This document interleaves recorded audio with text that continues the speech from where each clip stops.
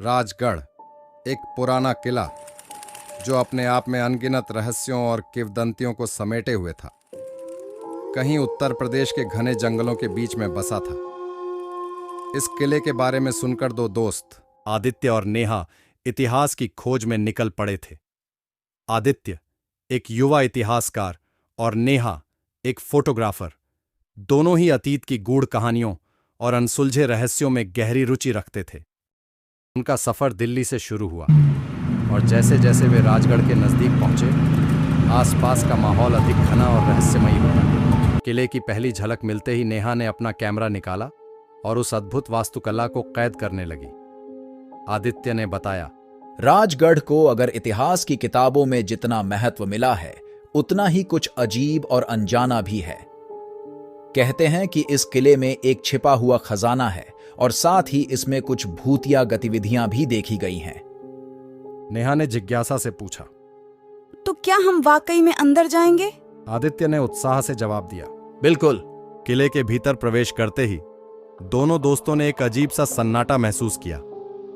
वे धीरे धीरे आगे बढ़े और नेहा ने अपने कैमरे से दीवारों पर बने चित्र की तस्वीरें लेनी शुरू की।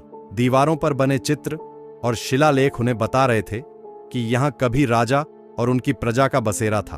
अचानक नेहा की नजर एक दरवाजे पर पड़ी जो अलग था।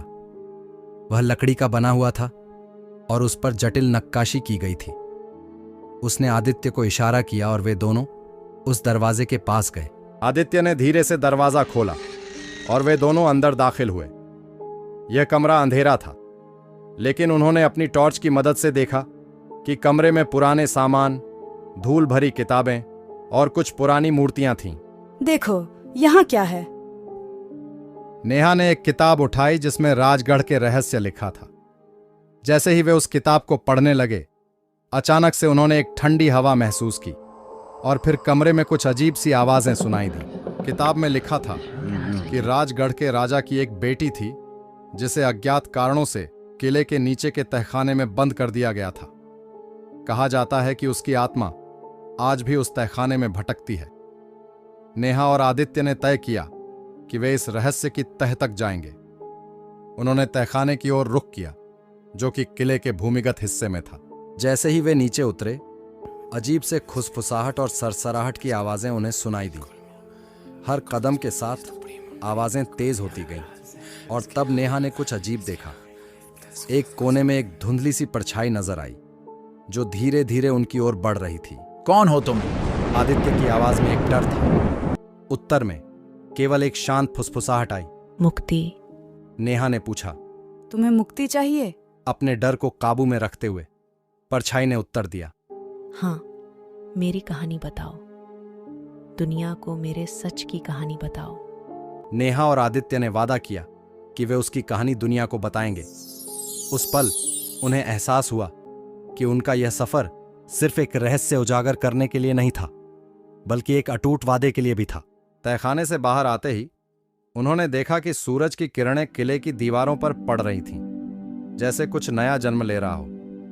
दिल्ली वापस आकर नेहा और आदित्य ने अपने अनुभव को एक लेख में बदल दिया, जिसे एक प्रसिद्ध पत्रिका ने प्रकाशित किया। उनकी कहानी ने न केवल राजगढ़ के रहस्यों को उजागर किया, बल्कि उस भुलाई गई राजकुमारी की आत्मा को मुक्ति भी दिलाई। उनके इस कार्य की प्रशंसा हुई और वे अगले अनुसंधान के लिए एक और रहस्यमयी स्थान पर जाने की योजना बनाने लगे। इस तरह नेहा और आदित्य की जोड़ी ने अपनी बहादुरी और जिज्ञासा के बल पर कई रहस्यों को सुलझाया और हर बार एक नई कहानी के साथ वापस लौटे।